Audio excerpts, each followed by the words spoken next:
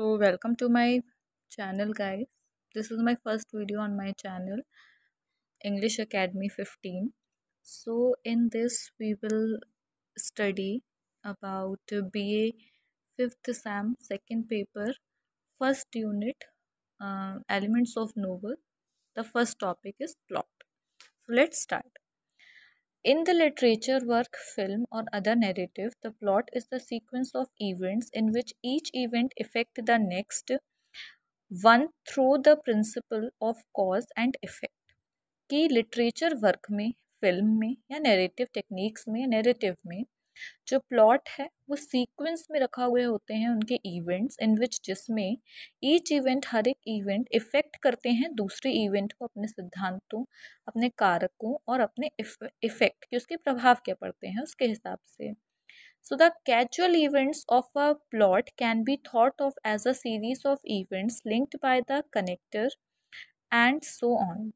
तो जो casual events होते हैं हमारे ऑफ अ प्लॉट के can be thought of as a series of events की उसको रखा जाता है इवेंट्स की एक सीरीज में लिंक्ड जो कि जुड़े हुए होते हैं कनेक्टर्स के through and so on. So plots can be वारी फ्रॉम द सिंपल. प्लॉट्स जो हैं वो काफ़ी अलग अलग तरह के होते हैं सिंपल से.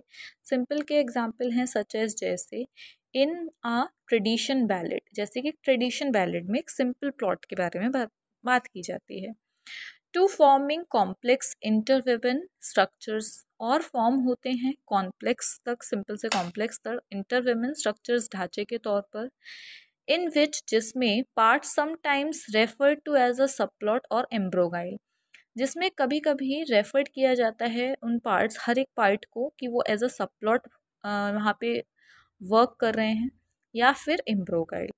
सो plots are typically made up of 5 main elements. So plots जो हैं टिपिकली 5 मुख्य एलिमेंट्स के हैं.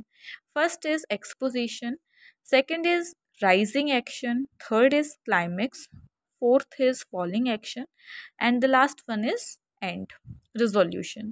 So at the beginning of the story, characters, setting and the main conflict are typically introduced.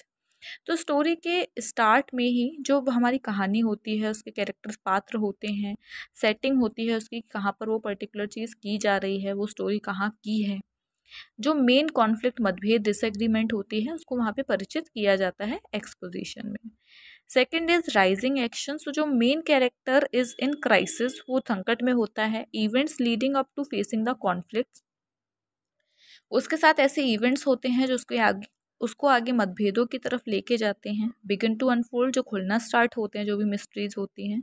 The story becomes complicated, यहाँ पे story जो है वो कॉम्प्लिकेटेड बनना स्टार्ट हो जाती है क्योंकि यहाँ पे जो क्राइसिस हैं, प्रोटोगोनिस्ट काफ़ी स्ट्रगल करता है इस फ्रेस में.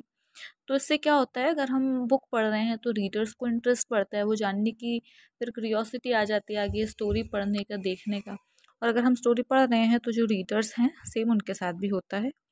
सो जो क्लाइमेक्स है, so at the peak of the story, story के पीक पर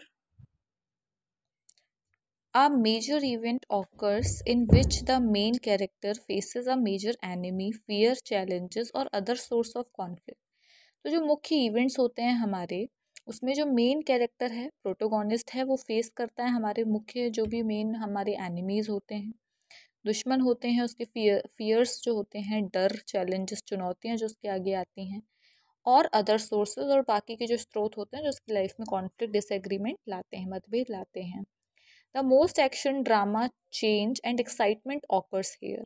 तो इस पार्ट में जिसे हम क्लाइमेक्स कहते हैं, तो स्टोरी में यहाँ ये ऐसा एक पार्ट है, फ्रेज है, जिसमें प्रोटोगोनिस्ट की लाइफ में सबसे ज़्यादा एक्शन होता है, ड्रामा होता है, जो चेंजेस हैं वो आते हैं, एक्साइटमेंट बढ़ती है. Fourth one is falling action. The story begins to slow down. यहाँ से स्टोरी जो है वो स्लो डाउन होना स्टार्ट हो जाती है. वर्क टूवर्ड्स इट्स एंड, यहाँ पे सब जितनी भी चीज़ें थी यहाँ अनफोल्ड होती हैं, सारी मिस्ट्रीज ओपन होती हैं, सब कुछ पता लगता है. Tying up loose ends. Then last one is resolution, as we can say denouement. So the resolution is like a concluding paragraph that revolves any remaining issues and ends the story. जो resolution होता है वो एक concluding paragraph है जो कि revolve करता है कई सारे हमारे बचे हुए इश्यूज़ के इर्द गिर्द घूमता है एंड एंड्स यहाँ पे हमारी स्टोरी ख़त्म हो जाती है।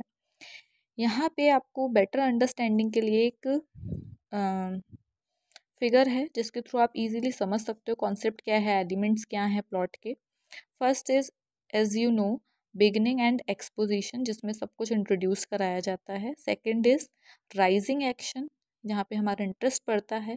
थर्ड इज़ क्लाइमेक्स, जहाँ पे सही सभी सारा ड्रामा, फियर, चैलेंजेस, सबसे ज़्यादा एक्शन होता है। Then falling action and the last one is end, also we can say resolution.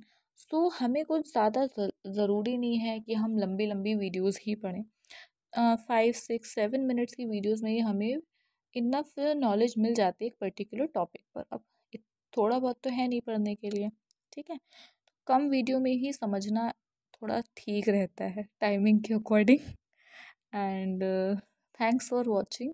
My next video will be on the second topic of paper second first unit, which is characterization. So stay tuned. Thank you.